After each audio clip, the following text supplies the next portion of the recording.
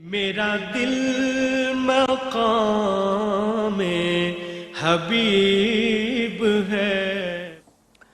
اعوذ باللہ من الشیطان الرجیم، بسم اللہ الرحمن الرحیم۔ خواتین و حضرات، السلام علیکم ورحمۃ اللہ وبرکاتہ و مغفرتہ۔ پروگرام احکام شریعت اور فقہ حنفی سے متعلقہ مسائل کے ساتھ ایک دفعہ پھر اللہ تعالیٰ نے آپ کی خدمت میں حاضری کا شرف عطا فرمایا۔ ایک سوال یہ تھا کہ نکاح کے وقت یہ شخص کہتا ہے کہ میری بیوی کا نام ہے ہیما، لیکن نکاح کے وقت جب قاضی صاحب نے میری بیوی کا نام لیا تو مجھے ہیما کے بجائے ہینا سنا، نون کے ساتھ تینوں بار، اور میں ہاں کہتا رہا اور شادی ہو گئی، تو کیا میرا یہ نکاح ہو گیا ہے یا نہیں ہوا؟ دیکھیں، اگر لڑکی معین ہو، دولہا کو بھی پتہ ہے کون لڑکی ہے، گواہوں کو بھی معلوم ہے، تو پھر اس طرح اگر آپ کو وہم پیدا ہوا نام کے اندر تو اس سے نکاح پہ کوئی فرق نہیں پڑے گا، بالکل آپ کو اسی لڑکی سے نکاح ہوا ہے۔ یہ تو میم اور نون کا بڑا ہی معمولی سا فرق ہے، وہ ہیما کہہ رہے ہوں گے لیکن آپ کو ہینا سن رہا ہے، تو اس سے نکاح پہ کوئی فرق نہیں پڑا۔ اگر بالکل ہی جدا گانا لفظ کہا جاتا اور پھر بھی لڑکی متعین ہوتی تو یاد رکھیں، اشارہ کرتے کہ اس کے ساتھ نام سمینہ ہے اور کہہ دیا شاہدہ، پھر بھی نکاح درست تھا کہ لڑکی کا تعین ضروری ہے، گواہوں کے سامنے بھی، اور قاضی جو دولہا صاحب ہیں یہ بھی جانتے ہو میں کس لڑکی کے بارے میں کہہ رہا، وہ قاضی صاحب کہہ رہے ہیں یا کس لڑکی کے بارے میں قبول کر رہا ہوں، اگر وہ معین ہے، گواہ بھی ہیں اور وہی لڑکی سے ہو رہا ہے، صرف نام میں بعض اوقات ایسا مسٹیک سے ہو جاتی ہے، تو نکاح پھر بھی اسی لڑکی سے ہوگا۔ ایک ہی کسی نے پوچھا کہ کیا حالت حیض میں قول پر طلاق ہو جاتی ہے؟ پہلی بات تو یہ کہ سامنے ہونا ضروری نہیں ہے، بالکل قول سے طلاق ہو جاتی ہے، فون پر اگر دی ہے۔ دوسرا، حالت حیض میں بھی طلاق ہو جاتی ہے، یہ بعض لوگ سمجھتے ہیں شاید نہیں ہوتی، ہو جاتی ہے، لیکن حالت حیض میں اگر طلاق دی ہو اور گنجائش ہے تو رجوع واجب ہوتا ہے۔ گنجائش کا مطلب اگر تو یہ تیسری طلاق ہے یا تینوں طلاق ایک ساتھ حیض میں دے دی ہیں تو بہرحال تینوں واقع ہو گئیں، پھر تو رجوع کی گنجائش ختم ہو گئی، لیکن اگر ایک طلاق دی ہے یا دو طلاق دی ہیں اور حالت حیض میں دی ہیں تو رجوع کرنا واجب ہوتا ہے بیوی کے ساتھ۔ ایک صحابی تھے، انہوں نے اسی طرح اپنی زوجہ کو حالت حیض میں طلاق دی، سرکار نے وہ طلاق مانی اور حکم دیا کہ اپنی زوجہ سے رجوع کریں، جس سے نتیجہ نکلا کہ حالت حیض میں دی گئی طلاق واقع تو ہوتی ہے، لیکن شوہر پر اپنی بیوی سے رجوع کرنا یعنی دوبارہ اس کو نکاح میں باقی رکھنا واجب ہوتا ہے۔ یہ کہتے ہیں کہ بعض اوقات ایسا ہوتا ہے کہ میں نماز پڑھتی ہوں تو پہلے سجدے میں جاتے ہوئے تو تکبیر یاد رہتی ہے، لیکن جب اٹھتی ہوں دوسرے سجدے میں جاتی ہوں تو تکبیر بھول جاتی ہوں، اور یہ ایک طویل عرصے سے میرا گمان ہے کہ میں ایسے ہی کر رہی ہوں، تو میری نمازوں کا کیا ہوگا، اور پچھلی نمازیں مجھے لوٹانی ہوں گی یا نہیں ہوں گی؟ دیکھیں، یاد رکھیے کہ نماز میں جس چیز کا پڑھنا فرض ہے، اگر آپ اس کو ترک کریں گے تو ترک فرض ہوگا، اس صورت میں تو نماز نہیں ہوگی۔ جس کا پڑھنا واجب ہے، اگر آپ اس کو چھوڑیں گی تو ترک واجب ہوگا۔ اب اگر آپ نے آخر میں سجدہ صحف کر لیا تو اس کا تدارک ہو جائے گا، اور اگر ایسی چیز ہے کہ سجدہ صحف شریعت نے کہا ہے کہ یہاں سجدہ صحف نہیں تو نماز لوٹانی ہوگی۔ اور تیسری چیز ہے کہ سنت یا مستحب ہے اور آپ نے چھوڑ دیا تو سنت اور مستحب کا ترک کہلائے گا، اس میں فضیلت تو نکل جاتی ہے لیکن نمازوں کا لوٹانا لازم نہیں ہوتا۔ اس اصول کے بعد بس یاد رکھیں کہ سجدے میں جاتے ہوئے بھی، سجدے سے اٹھتے ہوئے، پھر اگلے سجدے میں جاتے ہوئے تکبیرات کا کہنا سنت کریمہ ہے، اگر نکل بھی گئی تو سنت ترک ہوئی جس سے آپ کی فضیلت کم ہوئی لیکن نمازیں ہو گئیں۔ آئندہ احتیاط کر لیں اور پچھلی نمازوں کو بھی لوٹانے کی حاجت نہیں ہوگی۔ ایک انہوں نے کہا کہ میں نے اپنے کان، جیسے بعض بچیاں لو کو چھدواتی ہیں، اوپر کی ہڈی میں بھی چھدوایا ہوا ہے اور سخت قسم کا ٹاپس پہن لیا ہے، تو اس کے نیچے پانی نہیں پہنچتا، تو میرا وضو ہو جائے گا یا نہیں ہوگا؟ دیکھیں، وضو تو ہو جائے گا، اس لیے کہ وضو کے 4 فرائض ہیں: پورا چہرہ دھونا، دونوں ہاتھوں کو کوہنیوں سمیت دھونا، دونوں پیروں کو ٹخنوں سمیت دھونا، اور کم از کم چوتھائی سر کا مسح کرنا۔ اب اس میں کان شامل نہیں ہے، چونکہ کان کو سر کا حصہ ہی نبی کریم صلی اللہ علیہ وسلم نے اشارتاً اس کو اسی میں حصہ مانا ہے، تو اس لیے کہتے ہیں اس کا بھی مسح کر لیں۔ اس کا مطلب ہے کہ اس کا مسح تو فقط ایک مستحب ہے، کریں گی یا سنت مستحبہ کہہ لیں آپ، کریں گی تو ٹھیک ہے، نہیں بھی کیا، جان بوجھ کے بھی چھوڑ دیا تو کوئی مسئلہ نہیں ہوگا، اور وہاں پہ پورے کان کے اندر پانی کا مسح کرنا یا پانی کو پہنچانا کوئی لازم نہیں ہے۔ لیکن غسل کے اندر یہ آپ کو مشکل ہوگی، کیونکہ غسل میں پانی پورے کان کی جو ظاہری حصہ ہے اس پر بہانا واجب ہے، اور جیسے آپ نے بتایا کہ ٹاپس بہت ٹائٹ قسم کا ہے تو یقیناً اس کے نیچے پانی نہیں پہنچے گا، اور جب پانی نہیں پہنچے گا تو آپ کا غسل بھی نہیں ہوگا۔ خلاصہ کلام کیا ہوا، وضو میں اس کو اتارنے کی حاجت نہیں ہے، بس ویسے ہی ہاتھ پھیر لیں، لیکن غسل جب آپ کریں گے تو پھر آپ کو ٹاپس اتار کر اچھی طرح پانی بہانا ہوگا، ورنہ آپ کا غسل نہیں اترے گا۔ ایک کالر ہمارے ساتھ ہیں، السلام علیکم۔ السلام علیکم، شاید لائن ڈراپ ہو گئی ہے۔ ایک ہی کویسچن کیا، یہ بھائی کہتے ہیں کہ میں اپنی بیوی کی ہر خواہش پوری کرتا ہوں، یعنی جو بھی وہ مانگتی ہے میں دے دیتا ہوں، لیکن وہ ہر وقت اس کے باوجود جھگڑا کرے، اور جوائنٹ فیملی سسٹم کے اندر ہم ہیں وہاں پہ پرابلم کریٹ کرتی ہے، میرے سمجھانے کے باوجود نہ مانے، پھر اپنے شوہر کو بد دعائیں دے کہ آپ مر جاؤ، میں بیوہ ہو جاؤں، کاروبار تباہ ہو جائے، اور بات بات پر طلاق کا مطالبہ کرے، تو شوہر کیا کرے؟ پہلی بات تو یہ کہ صبر کرے، اور کیا کرے؟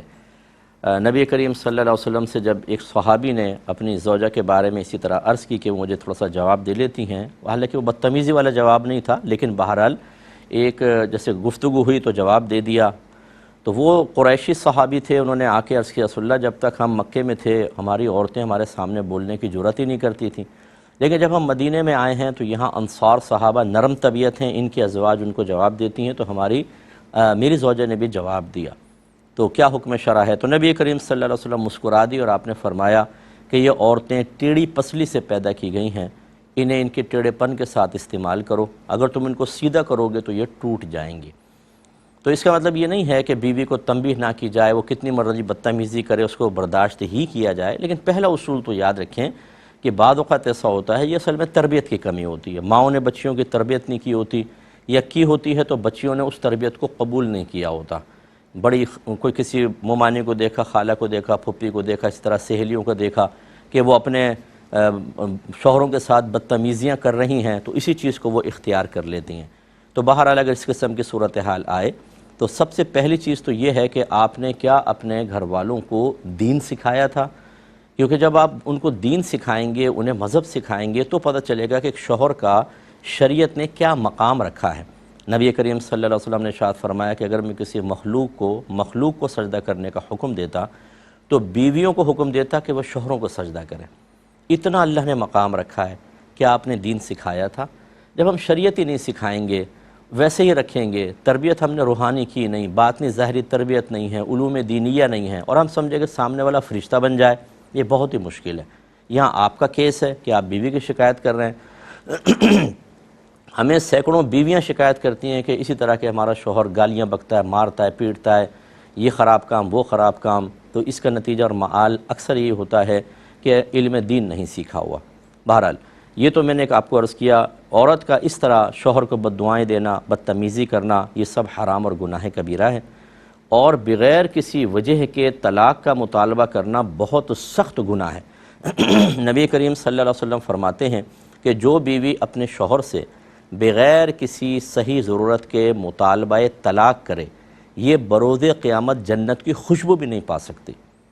تو اس لیے یہ میرا بیان بھی سنوا دیں اگر ہو سکے تو، اور ان کو سمجھائیں۔ بہتر ہے کہ اگر اس طرح وہ مسلسل بدتمیزی کرتی ہیں ان کے والدین سے رجوع کریں، نہ مانے تو ان کو میکے چھوڑ کر آئیں، کم از کم 1 ہفتے تک چھوڑ کر رکھیں، 15 دن تک، سمجھ میں آتی ہیں بہت ساری چیزیں۔ اور اگر پھر بھی یہ بدتمیزیوں کا سلسلہ جاری رہے تو شریعت اس موقع پر آپ کو اختیار دیتی ہے کہ آپ کوئی بڑا فیصلہ بھی کر سکتے ہیں۔ اب آپ سمجھ گئے ہوں گے کہ میں کیا عرض کر رہا ہوں، لیکن ضروری ہے کہ قصور صرف زوجہ کا ہو۔ اگر آپ کے گھر والوں کا بھی قصور ہے اور آپ کا بھی قصور ہے، جس پر ہائپر ہو کر، فیڈ اپ ہو کر وہ اس طرح کر رہی ہے، تو اب بھی میں یہ نہیں کہوں گا کہ وہ صحیح کر رہی ہے، لیکن یہ ضرور ہے کہ آپ بھی اس میں قصوروار ہیں، آپ لوگوں کو بھی اپنا احتساب کرنا ہوگا۔ ہمارے ایک کالر ہمارے ساتھ ہیں، السلام علیکم، لائن ڈراپ ہو گئی۔ ایک اور کالر ہیں، السلام علیکم۔ وعلیکم السلام۔ ہیلو جی بولیے۔ مفتی صاحب، یہ پوچھنا تھا ایک آن لائن کام کے بارے میں نا، تو اس میں یہ ہوتا ہے کہ جسٹ ہم رجسٹر کروا دیتے ہیں، اس کے بعد کام کوئی نہیں ہوتا، لوگوں کو کنونس بس ٹھیک ہے، میں سمجھ گیا ہوں بہن، یہ 50 دفعہ آ چکا ہے، میں جواب دیتا ہوں، اور پوچھ لیجیے آپ۔ اور ایک سوال یہ ہے کہ ہم جو عورتیں گھروں میں ایسے گھوم رہے ہوتے ہیں بنا دوپٹے کے، تو کیا جی یہ بھی گناہ ہے؟ جی، اور میں عرض کرتا ہوں انشاءاللہ۔ ایک اور کالر ہیں، السلام علیکم۔ ایک یہ بہن نے جو پوچھا ہے، دیکھیں اس طرح کی کمپنیاں، یہ فراڈ کمپنیاں ہوتی ہیں کہ اتنے پیسے کے ساتھ آپ رجسٹر ہو جائیں، آپ ہمارے نمائندے ہو گئے، اب آپ کچھ کسٹمر لے کر آئیں، جس کو آپ ممبر بنائیں گے اس سے ہم پیسے لیں گے، اس کا اتنا کمیشن آپ کو ملے گا، پھر اور آپ لے کر آئیں گے اسے بھی اس دھندے پہ لگا دیتے ہیں، کام کچھ بھی نہیں ہے، بس وہ لاتے رہتے ہیں، جب وہ دیکھتے ہیں کہ اچھا خاصا اماؤنٹ جمع ہو گیا، اس کے بعد وہ غائب ہو جاتے ہیں۔ کسی کو نہیں پتہ ہوتا کہ اس کا آنر کون ہے، مین کون آدمی ہے۔ وہ اسی طرح 2-4 امپلائی بناتے ہیں آن لائن ہی، ان کو کام پہ لگا دیتے ہیں، اپنے اکاؤنٹ میں پیسہ منگاتے ہیں، نہ ان کا پتہ چلے گا نہ اس کا پتہ چلے گا، کیونکہ اس میں دھوکہ اور غرر بہت زیادہ ہے، اور ایک دفعہ نہیں 50 لوگ لٹ چکے ہیں۔ لیکن ہمیں چاہیے گھر بیٹھے ارننگ، چاہے وہ جائز ہو یا ناجائز۔ ہماری بہن نے تو معلوم کر لیا، اور بہت سارے لوگ معلوم کرتے ہیں۔ آج بھی ایک بہن کو میں نے کوئی UK سے تھیں، ان کو بھی منع کیا، لیکن وہ ایک اٹریکشن ایسی پیدا ہو چکی ہوتی ہے، وہ ہماری زبان سے ہاں کہلوانا چاہتے ہیں، وہ مفتی صاحب ہاں کہہ دیں، تو بے در پہ مزید کویسچن کریں گے بار بار کہ شاید کوئی راستہ نکل آئے، لیکن ہم کبھی بھی اس طرح کی چیزوں کی تائید نہیں کریں گے، کیونکہ ہزاروں لوگ لٹ چکے ہیں، ہزاروں لوگ روتے ہیں پھر ہمارے سامنے کہ ہم سے غلطی ہوگی، لوگ ان کو پکڑتے ہیں کہ تم نے ہمیں ممبر بنایا تھا، ہمارا پیسہ ڈوب گیا، اب ہمیں پیسہ دو۔ ہرگز ایسی چیزوں کے ساتھ آپ وابستہ نہ ہوں، اس میں نقصان کا پہلو ہوتا ہے۔ ایک کالر ہمارے ساتھ ہیں۔ السلام علیکم۔ السلام علیکم مفتی صاحب۔ جی وعلیکم السلام۔ مفتی صاحب میرا سوال یہ تھا کہ میں استاد ہوں، تو میں نے مختلف انسٹیٹیوٹس میں کام کیا، تو میرے پاس نا کچھ بکس رہ گئی اسی طرح سے کس انسٹیٹیوٹس کی، اچھا، اب میری ان تک ایکسیس نہیں ہے، تو میں ان کو واپس کرنا چاہتی ہوں، اور میں کیا کروں پھر؟ اس انسٹیٹیوٹ کے نام کا صدقہ کر دوں؟ کیا کروں؟ مجھے سمجھ نہیں آتی، میں کیوں بہت آپ دوسرے شہر میں آ گئی ہیں؟ کیا ہو گیا؟ جی چلے میں بتاتا ہوں انشاءاللہ۔ ایک مختصر سا بریک لیں گے، ہمیں یقین ہے آپ ہمارے ساتھ ہی رہیں گے۔ بسم اللہ الرحمن الرحیم۔ انہوں نے پوچھا کہ کیا بغیر دوپٹے کے کوئی خاتون اپنے گھر میں گھوم پھر سکتی ہے؟ گناہ تو نہیں ہے جی، بالکل کوئی گناہ نہیں ہے، کسی نامحرم کے نگاہ پڑنے کا اندیشہ نہیں ہے، تو بالکل آپ گھر میں بغیر دوپٹے کے گھوم پھر سکتی ہیں، کوئی فرض یا واجب نہیں ہے۔ یہ ضرور ہے کہ جب آپ گھر میں داخل ہوتے ہیں تو بسم اللہ الرحمن الرحیم کہہ کے کنڈی لگا دیں، اپنے گھر میں سورہ بقرہ کی تلاوت رکھیں، خصوصی طور پہ آخری رکوع، تو نبی کریم صلی اللہ علیہ وسلم فرماتے ہیں کہ جس گھر میں سورہ بقرہ پڑھی جائے اس گھر سے شیاطین بھاگ جاتے ہیں۔ تو اس طرح کی برکت والی چیزیں، قرآن بھی پڑھیں، نماز بھی پڑھیں، تو پھر شیاطین تو رہتے نہیں ہیں۔ ہاں اگر کسی گھر میں ایسا ہو کہ وہاں پہ مطلب خلاف شرع اموری ہوتے ہیں، نہ نماز پڑھتے ہیں نہ قرآن، سال گزر گئے قرآن نہیں پڑھے جاتے، کئی سال گزر گئے فجر کی نماز نصیب نہیں ہوئی، اور الٹے سیدھے خرافاتی کام ہوتے ہیں، تو وہاں پر پھر ایسا ہوتا ہے کہ کافر جنات ٹھکانہ بنا لیتے ہیں، کیونکہ وہ تو دوستی محسوس ہوتی ہے، اپنائیت سی ہم جنس سے محسوس ہوتے ہیں، اور اس میں پھر یہ خطرہ ہوتا ہے کہ جو عورتیں اس طریقے سے بے پردہ گھر میں بھی ہوں چاہے، تو پھر وہ جنات کے اثرات ان تک پہنچ سکتے ہیں۔ لیکن عمومی طور پہ آتے نہیں ہیں جنات، یہ بعض ایسے سچویشنز ہوتی ہیں کہ آ جاتے ہیں، ورنہ عمومی طور پہ یہ لوگوں سے بھاگتے ہی ہیں، اور روشنیوں سے بھاگتے ہیں، اندھیروں میں زیادہ رہنا پسند کرتے ہیں۔ تو اگر گھر میں آپ اس طرح قرآن پاک کی تلاوت وغیرہ رکھیں، کوئی پرابلم نہیں ہے، پھر آپ بغیر دوپٹے کے رہ سکتی ہیں۔ اور ان جنات کے اثر سے قطع نظر اگر صرف ایک شرعی مسئلہ کہ کیا دوپٹہ اتارنا گھر میں بھی گناہ ہے، تو کوئی گناہ نہیں ہے۔ اگر شوہر ہیں یا محارم ہیں آپ کی یا سب خواتین ہیں، تو بالکل دوپٹے کے بغیر گھر میں رہ سکتی ہیں، کوئی گناہ نہیں ہے۔ یہ کہتی ہیں کہ یہ ٹیچر تھیں، کسی انسٹیٹیوٹ میں پڑھاتی تھیں، اس کی کچھ بکس ان کے پاس تھیں، اب شاید یہ کسی اور شہر میں منتقل ہو گئی ہیں، تو وہ بکس ہیں، کیا کریں اس کا؟ کیا صدقہ کر دیں؟ دیکھیں صدقہ نہیں کر سکتے، یہ آپ کے پاس امانت ہے، اور یقیناً آپ کو پتہ ہوگا کہ دوسرے جس بھی شہر میں انسٹیٹیوٹ موجود ہے، جب بھی اس طرف جانا ہو یا کوئی جا رہا ہو ادھر پہنچائیں یا کوریئر کر دیں۔ آج کل تو تھوڑا سا آپ کو خرچہ پڑے گا، وہ کتابیں آپ ان کے ایڈریس پہ بھیج دیں، انشاءاللہ ان تک پہنچ جائیں گی۔ ان کو صدقہ نہیں کر سکتے جب تک مالک کا معلوم ہوتا ہے، اس وقت تک اس تک پہنچانا ہوتا ہے، مالک نہ رہے تو اس کے ورثاء کو پہنچانا ہوتا ہے۔ تو اب ہاں اگر بالکل مالک کا پتہ ختم ہو جائے، پتہ نہیں کس نے دیا تھا کس نے نہیں، جیسے دکان پہ کوئی آئٹم چھوڑ کے چلے جاتے ہیں اور پتہ ہی نہیں ہوتا، تو پھر اس میں یہ آپ کر سکتے تھے کہ نامعلوم مالک کی طرف سے صدقہ کر دیتے ہیں۔ لیکن ابھی تو جب تک وہ انسٹیٹیوٹ قائم ہے آپ معلوم کریں، اور انٹرنیٹ پہ ایڈریسز مل جاتے ہیں، کانٹیکٹ نمبرز مل جاتے ہیں، ای میل ایڈریسز مل جاتے ہیں، سرچ کریں، ان کو میل کریں، اور پھر وہ چیزیں ان تک پہنچا دیں۔ ایک یہ کویسچن کیا تھا کہ برتھ ڈے کی ڈیکوریشن ہم کرتے ہیں، یہ کہتے ہیں کہ اس میں یہ ڈالز وغیرہ کی تصاویر دیوار پہ لگا سکتے ہیں یا نہیں؟ دیکھیں تصاویر کو بڑا کر کے تعظیماً لگانا، چاہے وہ بچوں کی ہوں چاہے گڑیاؤں کی ہوں، یہ شرعی طور پہ ممنوع ہوتا ہے۔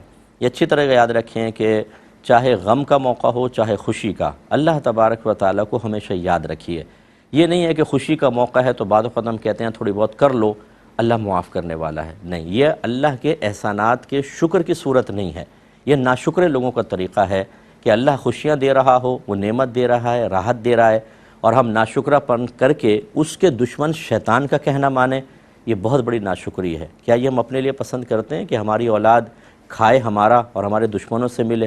کیا ایک شوہر یہ پسند کرتا ہے کہ بیوی اس کے ساتھ اور اس کے دشمنوں کے ساتھ رابطہ رکھے؟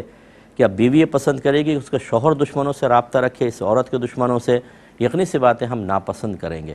تو اس لیے بعض اوقات یہ خوشی کے موقع پر خاص طور پہ برا نہیں مانیے گا، ہماری بہنیں ان کو منع کریں تو یہ ناراض ہو جاتی ہیں، لڑنا شروع کر دیتی ہیں۔ بھائی سبھی کر رہے ہیں، کیا مطلب ہے سبھی کر رہے ہیں؟ اگر سبھی قتل و غارت کر دیں اپنے گھر میں، شوہر بیویوں کو مارنا شروع کر دیں، ابھی ایسی بہنوں سے پوچھیں کہ سبھی کر رہے ہیں، آپ کی باری بھی آ جائے اب، تو فوراً انکار کریں گی، کیوں انکار کر رہی ہیں؟ سبھی تو کر رہے ہیں۔ تو یہ نہیں ہوتا ہے یہ کوئی مطلب شرعی دلیل نہیں ہے آپ کی، نہ عقلی دلیل ہے نہ شرعی، کہ سبھی کر رہے ہیں تو ہم بھی کریں گے۔ آپ نہ کریں، یہ سبھی میدان محشر میں پھنسیں گے، تو کیا آپ بھی پھنسنا چاہتے ہیں؟ نہیں، تو بس پھر آپ ان سے جداگانہ نہ کریں، خوشی منائیں، شریعت کے دائرے میں رہ کے، شریعت منع نہیں کرتی ہے، لیکن اس میں نافرمانی رب کو شریک نہ کریں، اس سے بے برکتی پیدا ہوتی ہے۔ یہ کہتے ہیں کہ کیا 8 سال کا بچہ عمرے کے لیے عورت کا محرم بن سکتا ہے کہ نہیں؟ دیکھیں 8 سال کا چھوٹا بچہ ہوتا ہے، 12 سال تک کو کہا ہے یہ مراہق ہوتا ہے، 11-12 سال کا جو ہے مراہق کہلاتا ہے۔ مراہق مینس قریب البلوغ، یعنی بالغ ہونے کے قریب، تو ایسا بچہ تو جا سکتا ہے، لیکن 8 سال چھوٹی عمر ہے، 11-12 سال کا بچہ ہو تو پھر ٹھیک ہے۔ سوری، یہ کہتے ہیں کہ میں نے ایک یونیورسٹی سے MA پولیٹیکل سائنس میں کیا ہے، ہمارے 4 سیمسٹر ہوتے ہیں، اور میں نے ہر سیمسٹر کی فیس جو ہے وہ حرام ذریعے سے انہوں نے کہا کہ میں نے دی ہے۔ اب میں فارغ ہو گیا، ڈگری بھی مل گئی، اس پہ مجھے جاب بھی مل گئی ہے، تو اس ڈگری کو دکھا کے جاب لینے اور اس جاب کے بعد اس سیلری کی کیا شرعی حیثیت ہوگی؟ دیکھیں ڈگری آپ کو فیس کی بیس پر نہیں ملی ہے، بلکہ آپ کی محنت پر ملی ہے، آپ کی پڑھائی پہ ملی ہے، آپ کے امتحان میں پاس ہونے پر ملی ہے، تو اس کا اثر جو ہے اس سیلری پر اس پہ فیس کے اوپر، اور فیس کا کوئی اثر ان تمام ایکٹیویٹیز پر نہیں ہوگا۔ وہ ایک مستقل گناہ ضرور تھا، اللہ تبارک و تعالیٰ کی بارگاہ میں توبہ کریں، لیکن آپ کی ڈگری بھی بالکل صحیح ہے، آپ کی جاب اگر آپ اس کے قابل ہیں تو جاب بھی ٹھیک ہے، اور سیلری بھی بالکل صحیح ہے۔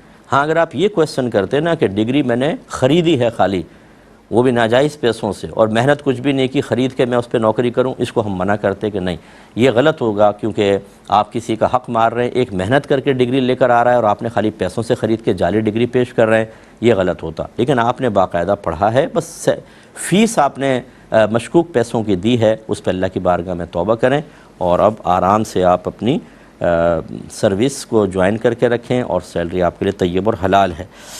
ایک ہی کویسچن کیا کہ ایک عورت تھی، اس نے ایک شخص سے نکاح کیا، بیٹا پیدا ہوا، پھر اس نے کسی طرح طلاق وغیرہ لے کر ایک اور شخص سے شادی کی جس سے اس عورت کی بیٹی پیدا ہوئی۔ اب کیا اس لڑکے اور اس بچی کا نکاح آپس میں ہو سکتا ہے یا نہیں ہو سکتا؟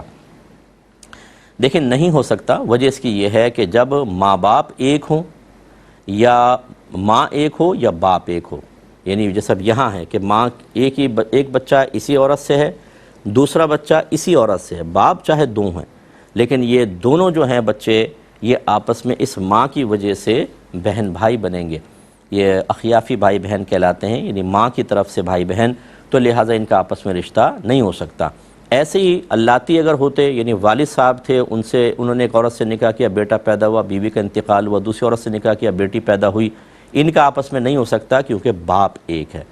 ہاں اگر یہ صورتحال ہوتی، یہ ایک جوڑا ہے، یہ ایک جوڑا ہے، ان کے بیٹا پیدا ہوا، ان کے بیٹی پیدا ہوئی، اس میں شوہر مر گیا، اس میں سے بیوی مر گئی، انہوں نے آپس میں نکاح کیا، اب آپ دیکھیں یہ جو آپس میں بچے ہیں، اس لڑکے کے ماں باپ علیحدہ، اس لڑکی کے ماں باپ علیحدہ، ان دو بچوں کا نکاح آپس میں ہو سکتا ہے، اور جب ہو سکتا ہے تو اس کا مطلب یہ ہوا کہ یہ آپس میں نامحرم ہیں۔ بہت سارے لوگ ایسے ہوتے ہیں کہ ان کے بچے بڑے بڑے ہوتے ہیں، بیوی کے بھی بچے بڑے بڑے ہوتے ہیں، اس کی زوجہ فوت ہو گئی، اس کا شوہر فوت ہو گئی، یہ آپس میں نکاح کرتے ہیں تو بچے بھی قریب آ جاتے ہیں، یہ سب آپس میں نامحرم ہیں، ان کو ایک دوسرے سے پردہ لازم ہی ہوگا، سامنے نہیں آ سکتے، اور ان کا آپس میں نکاح ہو سکتا ہے، یہ ذرا ذہن میں رکھیے گا۔ یہ کہتے ہیں کہ میری والدہ نے میری نابالغی کی عمر میں یہ کہا تھا کہ تمہارے میں رشتہ خالہ کی بیٹی سے کر دوں گی، تو میں نے انکار کر دیا اور میں نے کہا اگر آپ کریں گی تو میں اس کو طلاق دے دوں گا۔ کہتے ہیں بعد میں جب میں بالغ ہوا، امی نے وہاں رشتہ کرنا چاہا تو مجھے بھی پسند آئی لڑکی، اور پھر وہ سارے نیگیٹو جو میرے تھاٹس تھی ختم ہو گئی اور میں نے اس سے نکاح کر لیا۔ اب مجھے یاد آ رہا ہے تو میرے نکاح کا کیا حکم ہوگا؟ دیکھیں آپ کا نکاح بالکل درست ہے، کیونکہ طلاق واقع ہوتی ہے پاسٹ کے الفاظ سے یعنی ماضی کے، یا پریزنٹ کے الفاظ سے یعنی حال سے۔ فیوچر کے الفاظ سے طلاق واقع نہیں ہوتی۔ طلاق دے دوں گا یہ ارادہ طلاق کہلاتا ہے، ایقاع طلاق نہیں کہلاتا۔ ایقاع معنی ہے واقع کرنا، تو یہ طلاق واقع کرنا نہیں ہوا بلکہ ارادہ طلاق۔ تو ایقاع طلاق سے طلاق واقع ہوتی ہے، ارادہ طلاق سے نہیں ہوتی۔ مثلا اگر کوئی میاں بیوی بھی ہوتے اور شوہر کہتا اپنی حرکتیں ٹھیک کر لو ورنہ طلاق دے دوں گا، اس سے طلاق واقع نہیں ہوتی، کیونکہ اس نے فیوچر کے لفظ کہے ہیں۔ تو لہٰذا آپ دونوں میاں بیوی ہیں، بالکل سکون سے رہیں، لیکن میرا مشورہ یہ ہے کہ ایسا زیادہ نہ کریں، کبھی کبھی ہو بھی جاتی ہے۔ اس سے نہیں ہوگی لیکن پتہ نہیں چلے گا، ہو جائے گی۔ ایک مختصر سا بریک لیں گے، ہمیں یقین ہے آپ ہمارے ساتھ ہی رہیں گے۔ بسم اللہ الرحمن الرحیم۔ ایک کالر ہمارے ساتھ ہیں، پہلے کال لیں گے۔ السلام علیکم۔ السلام علیکم۔ السلام علیکم۔ السلام علیکم۔ جی وعلیکم السلام۔ السلام علیکم۔ جی وعلیکم السلام، بولیے۔ جی میرا کوشچن ہے کہ ہم نے نا زمین دی ہوئی ہے گاؤں میں نا گروی، تو وہاں سے ہم نے 5 لاکھ روپیہ لیا ہوا ہے۔ جی تو جب ہم ان کو پیسے واپس کریں گے نا تو وہ ہمیں زمین بھی دے دیں گے۔ تو اس عرصے میں نا وہ ہمیں نا ہر سال 1.5 سال کے بعد نا ایک بکری کے پیسے بھی بھجواتے ہیں کہ ایک جانور پال کے وہ ہمیں دیتے ہیں۔ تو اگر یہ ہمارا عمل ٹھیک ہے، اور اگر ہم ان سے ماہانہ بھی کچھ لے لیں کہ 5,000 آپ ہمیں دے دیں، تو کیا یہ جائز ہوگا یہ عمل؟ نہیں، یہ بتائیے کہ کیا وہ آپ کی زمین کو یوز کر رہے ہیں مسلسل؟ جی جی یوز کر رہے ہیں وہ۔ ٹھیک ہے، میں بتاتا ہوں آپ کو۔ ایک اور کالر ہیں۔ السلام علیکم۔ شاید لائن ڈراپ ہو گئی ہے۔ ایک یہ بھائی نے کویسچن کیا کہ اگر کوئی اپنی زوجہ سے یوں کہے کہ اگر تو نے اپنی والدہ سے بات کی تو تجھے طلاق ہے، لیکن زوجہ نے یہ بات سنی نہیں، جب شوہر کہہ رہا تھا تو وہ جیسے پلٹ کے چلی جاتی ہیں، چلی گئی، اور بعد میں اس نے اپنی والدہ سے بات کر لی، تو کیا حکم شرع ہوگا؟ دیکھیں، جو ہم بعض اوقات کنڈیشنل طلاق دینے کی کوشش کرتے ہیں، اس کو عربک میں کہتے ہیں تعلیق طلاق، یعنی طلاق کو معلق کر دینا، لٹکا دینا کسی شرط کے ساتھ۔ اور یہ ایک پستول کی گولی کی طرح ہوتی ہے کہ اگر شوہر کی زبان سے نکل گئی تو وہ الفاظ واپس نہیں لے سکتا، اور اس میں بیوی کا سننا لازم نہیں ہوتا۔ اکیلے میں بھی اگر وہ اس طرح کرے گا تو وہ طالق ہو جائے گی، اور اگر بیوی ویسا کرے گی، یہ ہونا چاہیے کہ بتا دے بیوی کو فوراً سے پیشتر کہ میں نے ایسی کنڈیشن لگا دی ہے، اور بیوی اگر اس کے خلاف کرے گی تو طلاق واقع ہو جائے گی۔ تو اگر آپ نے اس طرح کہا تھا، زوجہ نے نہیں بھی سنا، لیکن چونکہ الفاظ آپ کی زبان سے نکل گئے ہیں، اب اگر بیوی نے اپنی والدہ سے بات کی تو یہ طلاق ہو گئی۔ اب آپ کو چاہیے کہ اگر ان الفاظ کے بعد ابھی 3 حیض نہیں گزرے، یعنی بیوی کے بات کرنے کے بعد، کیونکہ طلاق ہو گئی، بات کی طلاق ہو گئی، اگر 3 حیض ابھی زوجہ کے نہیں گزرے تو آپ دونوں بغیر نکاح کے رجوع کر سکتے ہیں، بشرطے کہ اس سے پہلے 2 طلاقیں نہ ہو گئی ہوں، کیونکہ وہ 2 اور یہ تیسری پھر تو حلالہ کے بغیر کچھ نہیں ہو سکتا۔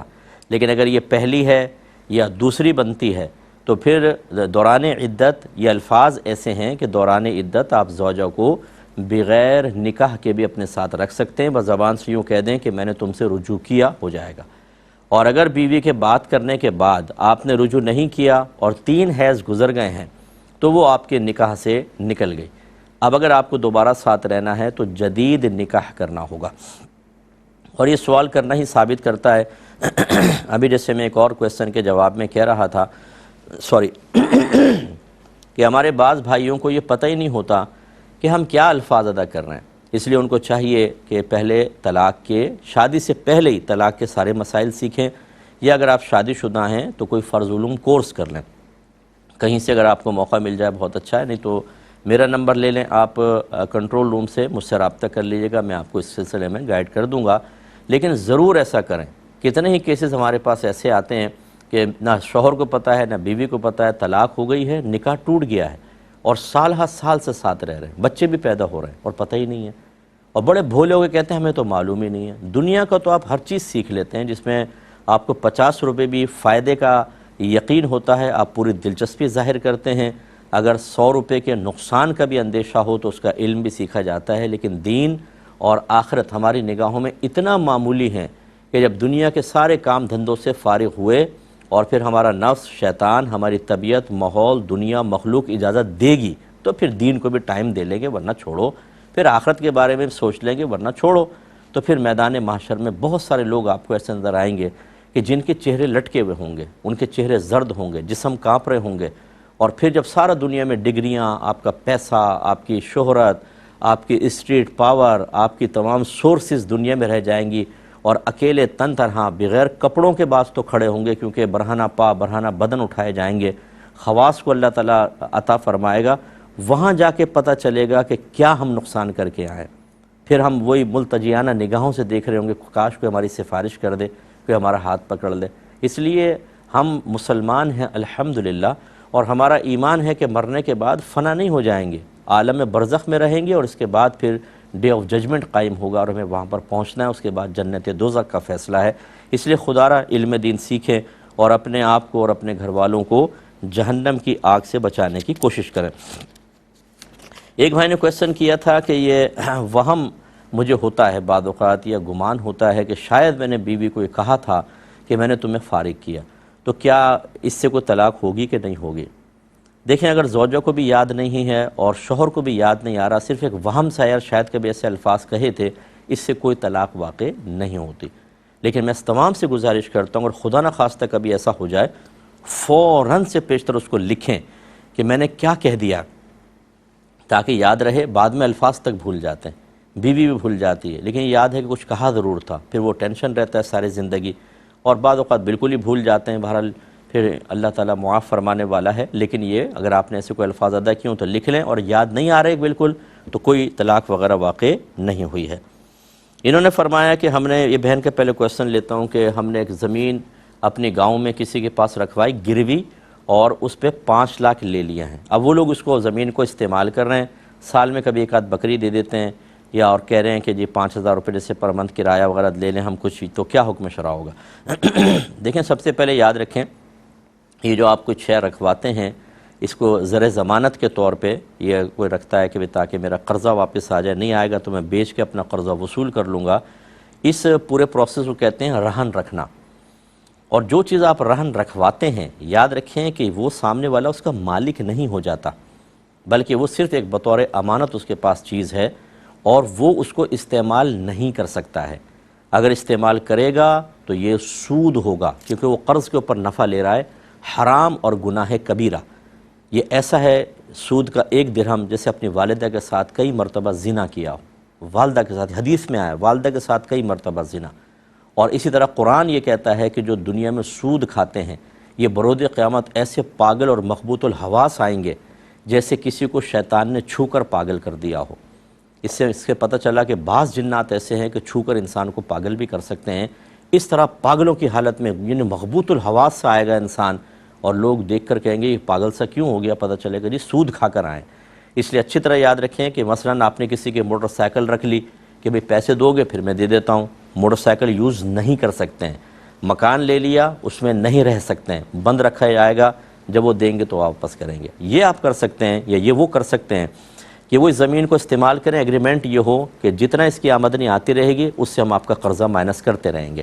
مثال کے طور پہ 5 لاکھ قرضہ دیا ہے، وہ اس کو استعمال کریں، جتنی اس کی آمدنی آئے، 1 لاکھ جیسے آئی فرض کر لیں تو 1 لاکھ کم ہو گیا، پھر اور آئی سر، جب 5 لاکھ پورے ہو جائیں وہ وصول کر لیا، زمین واپس کر دیں۔ لیکن ابھی جو یہ کر رہے ہیں کہ زمین استعمال کر رہے ہیں، نفع اچھا خاصا لے رہے ہیں، ایک آدھ بکری آپ کو پکڑا دی، کیوں پکڑا دی بکری، کس وجہ سے، یہ کس چیز کا عوض ہے، تو وہ اس کو استعمال نہیں کر سکتے ہیں۔ یاد رکھیں، اگر تو پہلے ہی یہ طے کر لیا ہو ہم لیں گے اور استعمال کریں گے، گناہ کبیرہ سود۔ اگر کہا نہیں ہے لیکن آپ کے علاقوں میں معروف ہے، جو رکھتا ہے زمین کو استعمال کرتا ہے، تو المعروف کالمشروط کے تحت کہ جو عرف میں رائج ہوتا ہے وہ ایسے ہی ہے جیسے شرط ٹھہرا لیا ہو، اس میں بھی سود بنے گا۔